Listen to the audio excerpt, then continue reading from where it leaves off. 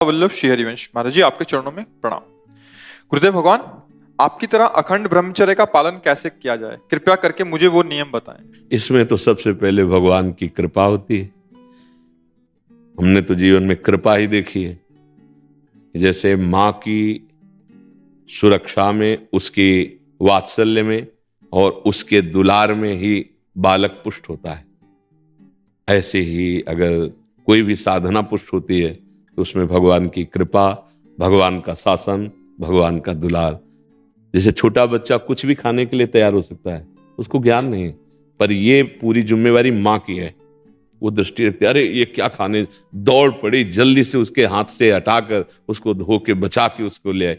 ऐसे पहला उत्तर कृपा, केवल भगवान की कृपा, उसी से पूरा। अब दूसरा, भगवान की कृपा का आदर करते हुए सावधानियां रखना।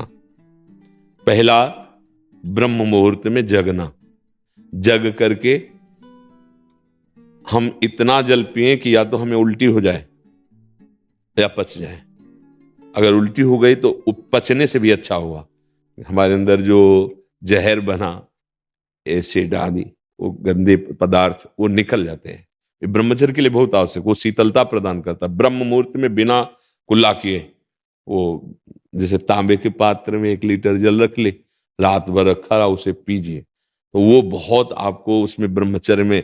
और इसके बाद थोड़ा टहलिए, वज्रासन में बैठ के, फिर शौच जाइए, फिर स्नान कीजिए, जरूरी है।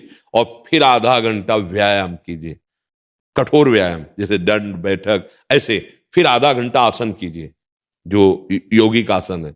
फिर अपनी दिनचर्या में उतर जाए। विद्यार्थी हैं तो विद्यार्थी, और भी गृहस्थी के जो कार्य, खान पान, विशेष खट्टी चीज, कोई नशे वाली चीज या बहुत अधिक मीठा या बादी चीजें, ये ब्रह्मचर्य को नष्ट कर देती हैं। सावधानी, कब्ज न बनने पावे। कब्ज बने तो मृदु उपचार से उसको हटावे। जैसे अब एकदम बाजार से मिला चूर्ण ऐसा, वो नहीं, मृदु उपचार। जैसे ईसबगोल की भूसी है, छोटी हर है, उसको मिला लो, 1 चम्मच हो, 1 चम्मच हो, और 10 दिन बराबर लो। वो आपके हाथों को धीरे से, अगर कोई बहुत ही तीव्र औषधि पाली तो वो पेट तो साफ करेगी, लेकिन ब्रह्मचर्य को भी हटा देगी।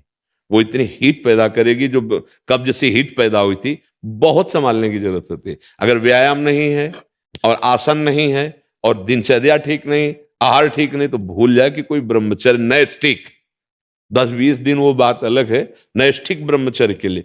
अब जो उसके विरोधी भाव हैं, जैसे मोबाइल है, उसे गंदी बातें देखोगे, कभी ब्रह्मचर्य नहीं रह सकते।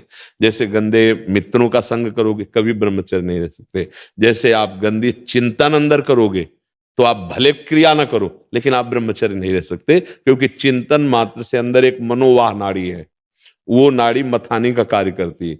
रक्त से मंथन करके वो उस जीवनी शक्ति को बाहर कर देगी, जिसे स्वप्न दोष आदि कहते हैं, वो इस तरह से नष्ट हो जाएगा हमारा चिंतन। तो फिर चिंतन करने के लिए इतनी सामर्थ्य है नहीं कि हम तत्व का चिंतन, भगवत, तो हम नाम जप करते हैं, राधा राधा राधा राधा नाम जप करते हैं, पवित्र भोजन पाते हैं, और कभी कोई कुसंग नहीं करते हैं। हमारा लक्ष्य बन जाए कि हम भगवत प्राप्ति करेंगे, तो नैष्ठिक ब्रह्मचर्य रह जाएगा। और रोज इसी बात का केवल ध्यान रखोगे, ब्रह्मचर्य का तो नहीं बन पाएगा, उसको भूलना भी होगा। वो एक साइड में चल रहा है, हम गलतियों पर सावधानी रखे हुए हैं, लेकिन हमारा लक्ष्य भगवत प्राप्ति रहेगा, तब चल पाएगा। नहीं, अहंकार शुरू हो जाएगा, अब उस अहंकार में ही काम, क्रोध, लोभ, मोह, मद मत्सर प्रहार करेंगे, आप गिर जाएंगे। लक्ष्य भगवत, और बड़े से बड़े तप और साधन का विस्मरण, उसका अहम ना आने पावे, उसकी स्मृति ना आने पावे, तो फिर हम बहुत आजीवन चल जाएगा, ब्रह्मचर्य चल जाएगा।